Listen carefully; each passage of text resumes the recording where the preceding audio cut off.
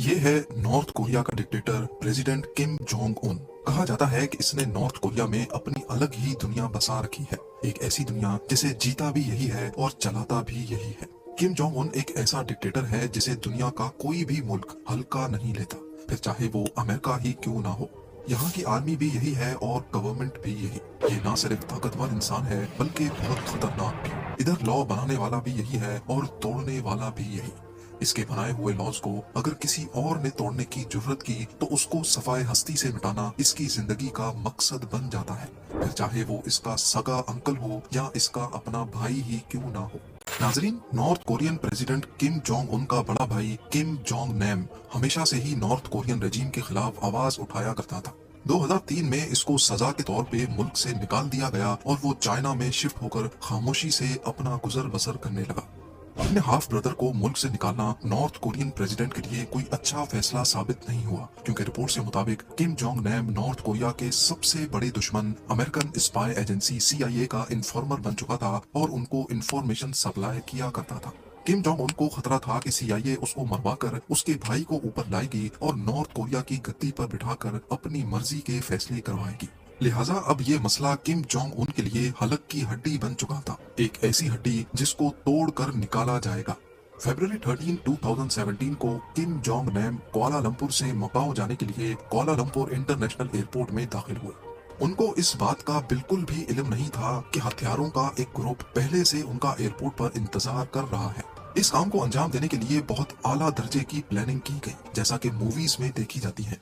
एक कोरियन आदमी ने खुद को टीवी प्रोड्यूसर जाहिर करके दो खवातीन को ये कहकर हायर किया कि वो एक कॉमेडी शो स्टार्ट करने वाला है।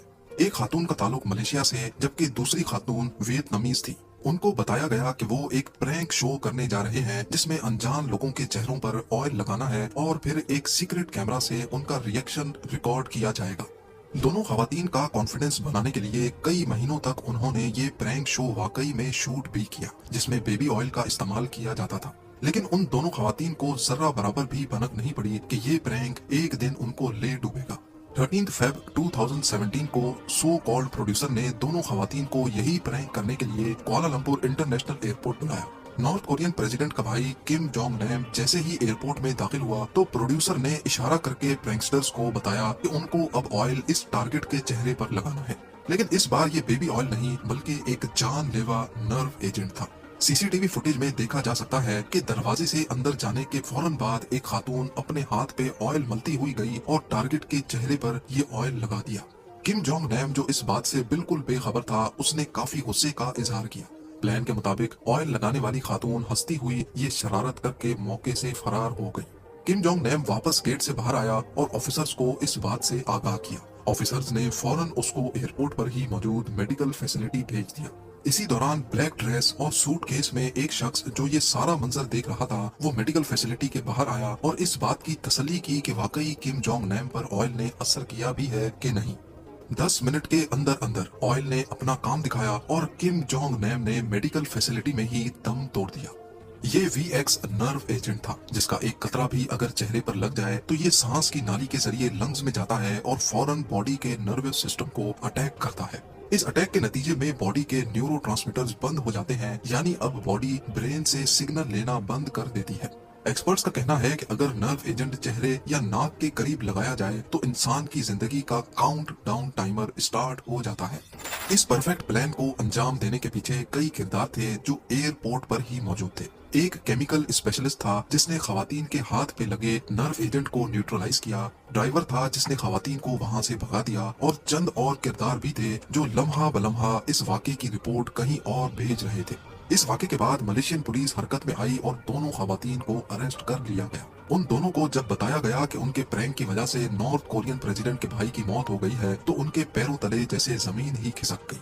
उन्होंने जब अपने सो कॉल्ड प्रोड्यूसर को कॉल लगाई तो तब तक बहुत देर हो चुकी थी। पुलिस का कहना है कि इस प्लान में 4 लोग इन्वॉल्व थे जिन्होंने मलेशिया में नॉर्थ कोरियन एम्बेसी में पनाह ले रखी थी और मर्डर के फौरन बाद वो यहाँ से प्री बुक्ड फ्लाइट से जकार्ता, दुबई और व्लादिवोस्टॉक के बाद सीधा नॉर्थ कोरियन कैपिटल प्योंगयांग भाग गए। ड्राइवर, केमिस्ट और दोनों खवातीन जिनको इस्तेमाल किया गया था उनको 2 साल जेल में रखने के बाद मलेशियन पुलिस ने रिहा कर दिया। इस प्लान्ड मर्डर की तमाम कड़ियां घूम फिर कर मरने वाले के भाई और north Korean president Kim Jong Un की तरफ जाती हैं। नॉर्थ कोरिया पर किम फैमिली पिछले 80 सालों से वायलेंस और टेरर के दम पर राज कर रही है। यहाँ किम जोंग उन की पावर इतनी फैली हुई है कि नॉर्थ कोरिया में एक परिंदा भी अपनी मर्जी से पर नहीं मार सकता। यहाँ सिर्फ पैसा उनके पास है जो प्रेसिडेंट के साथ खड़े हैं। लोकल पॉपुलेशन को कंट्रोल में रखने के लिए उनको गुलाम बनाकर काम करवाया जाता है, और अगर किसी ने गलती से भी आवाज उठाने की कोशिश की या प्रेसिडेंट के खिलाफ एक अल्फाज भी बोला तो उसकी सजा मौत से भी बढ़कर है। यही वजह है कि नॉर्थ कोरिया में 60% लोग पॉवर्टी यानी गरीबी में रहते हैं। यहाँ रोड्स हैं लेकिन उस पर गाड़ियाँ नहीं चलती क्योंकि लोगों के पास कार्स खरीदने के पैसे ही नहीं है। यहाँ ना तो फेसबुक है, ना व्हाट्सएप और ना ही यूट्यूब। सोशल मीडिया का तो कोई कॉन्सेप्ट ही नहीं है, यानी यहाँ इंटरनेट की डेफिनेशन ही अलग है।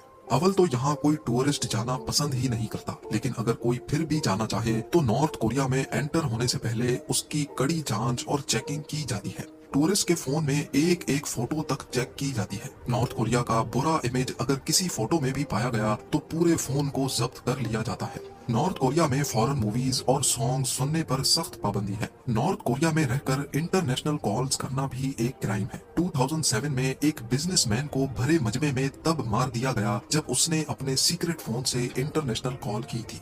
North Korean dictator Kim Jong Un की किसी भी तरीके से बात ना मानना और मीटिंग में उसके सामने सो जाना ऑफिशियल्स को सख्त सजा भी दिला सकता है।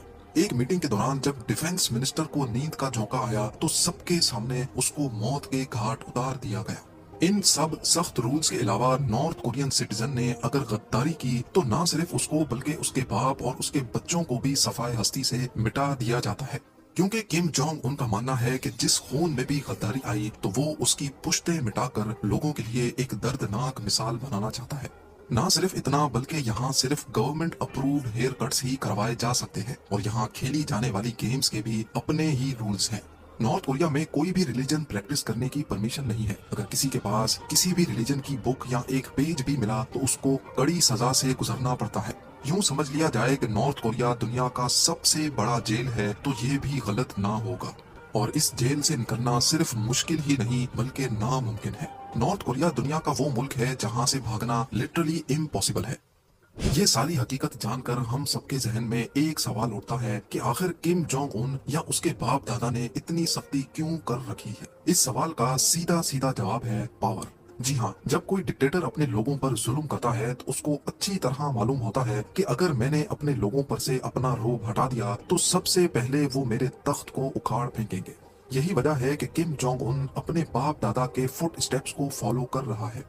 नॉर्थ कोरिया की ह्यूमन राइट वायलेशंस के खिलाफ किम का सबसे बड़ा दुश्मन अमेरिका भी खुलकर कुछ नहीं कर पा रहा, क्योंकि नॉर्थ कोरिया एक न्यूक्लियर पावर्ड स्टेट है। अमेरिका यहाँ फिजिकल इंटरवेंशन तो नहीं कर सकता, लेकिन किम का घेरा तंग करने के लिए अमेरिका ने नॉर्थ कोरिया पर खासी सैंक्शंस लगा रखी हैं। जैसा कि दूसरी कंट्रीज नॉर्थ कोरिया से किसी किस्म की भी ट्रेड नहीं कर सकती। गोल्ड, मिनरल्स, मेटल्स, आयरन और हत्ता के कोयला भी उनसे ना कोई खरीद सकता है और ना ही उनको बेच सकता है।